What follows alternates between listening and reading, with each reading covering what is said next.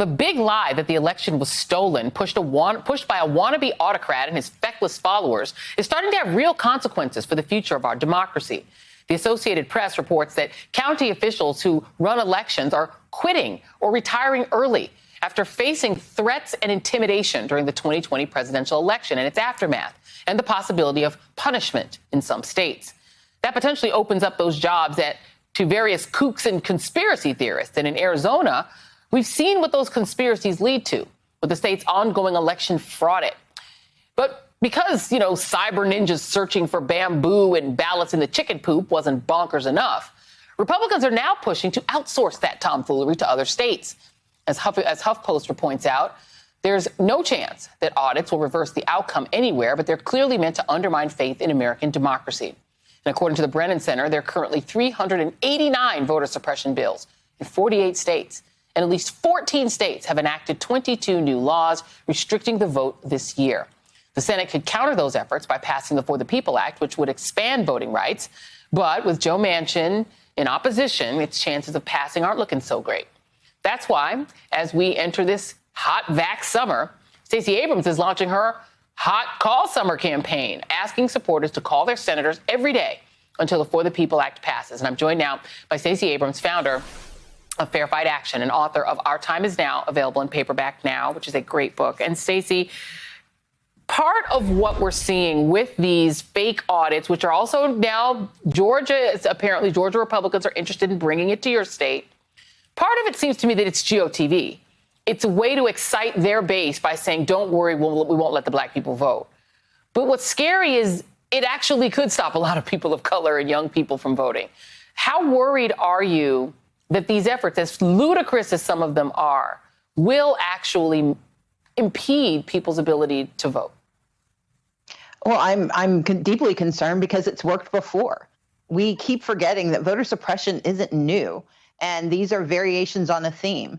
I talk about it in Our Time Is Now that voter suppression began with the inception of this nation, but what has happened in the 21st century is that it's been digitized, it's been commoditized, and it's been franchised out of the South and across the country.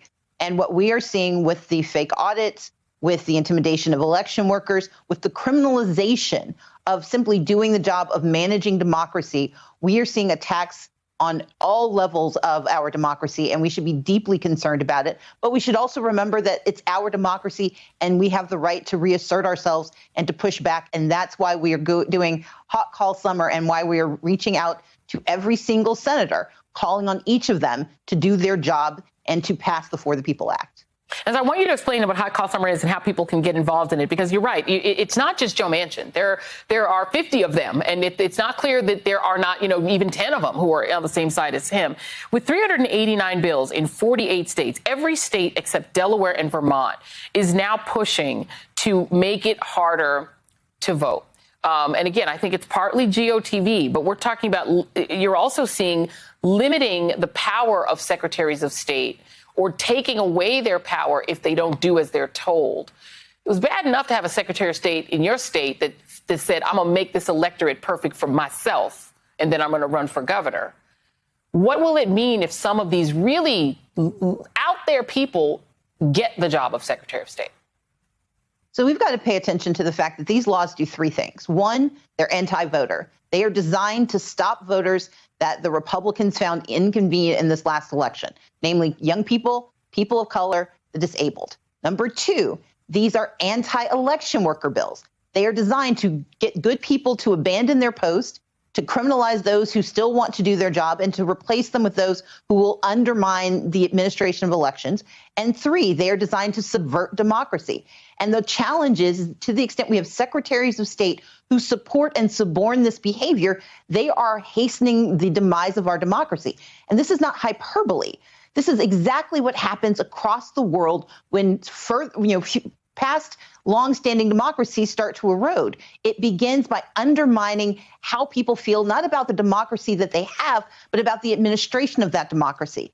And what this is intended to do is to convince voters that it is not worth the effort. To your point about being GOTV, it's to convince those who decided to show up for the first time, who decided they were going to push through those barriers once more, that it's not worth it. And it's trying to convince those who want to believe the big lie that there is something in it for them on the other side, that if they break down democracy, that they get something better on the other side. And unfortunately, we know that's autocracy. We know that it is not designed for their benefit, and it's not designed for America's benefit.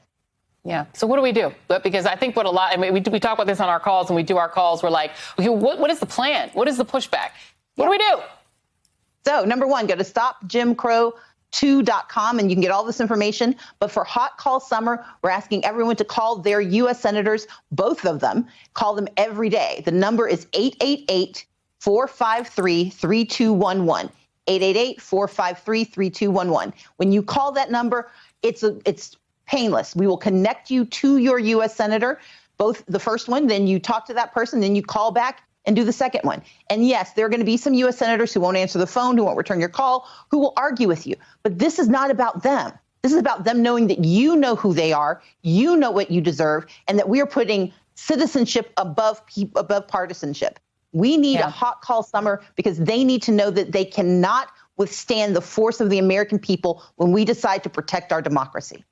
And you've been an elected official, Stacey. You know the power of big money. And you know that one of the reasons that big money, people like the U.S. Chamber and Americans for Prosperity oppose S1 is because it would go at the big money.